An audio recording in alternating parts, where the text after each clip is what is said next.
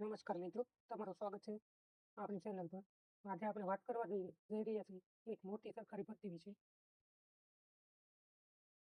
UPSC દ્વારા IES અને ISS પરીક્ષા 2024 માટે સત્તાવાર રીતે જાહેરાત બહાર પાડવામાં આવી છે.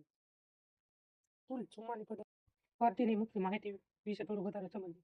યુપીએસસી દ્વારા આઈઈએસ અને આઈએસએસ માટે ભરતી જાહેર કરવામાં આવી છે. કુલ 44 પદો માટે ભરતી છે. તેમાં આઈઈએસ માટે 16 પદોની છે અને આઈએસએસ 28 પદો માટે ભરતી થવાની છે.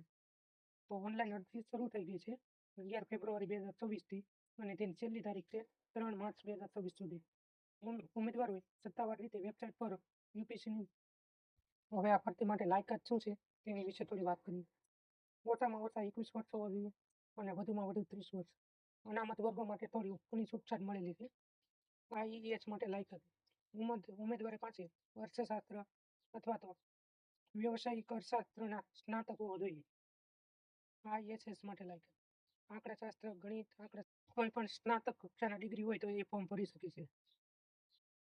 આ ભરતી માટે પસંદગી પ્રક્રિયા કઈ રીતે થઈ છે તો સૌથી પહેલા એક લેખિત પરીક્ષા લેવામાં આવશે. તેના કુલ 1000 ગુણમાં પરીક્ષા હશે અને તેમાં 100 પ્રશ્નો હશે અને બીજી લેખિત પરીક્ષામાં પાસ થઈ જાય તો ઇન્ટરવ્યુ માટે 200 ગુણની પરીક્ષા થશે અને બેયમાંથી મેરિટમાં આવવાથી પસંદગી થશે. આ ભરતી પ્રક્રિયા માટે અરજી કેવી રીતે કરશું? યુપીએસસીની ગવર્મેન્ટની વેબસાઇટ પર જવાનું પહેલા અને આઈઈએસ અને આઈએસએસની એક્ઝામિનેશન 2026ની લિંક પર ક્લિક કરવાની રહેશે. પછી તેમાં સૌથી પહેલા રજિસ્ટ્રેશન પૂર્ણ કરવાનું રહેશે. પછી અરજી ફી ભરવાની અને છેલ્લે ફોર્મ સબમિટ.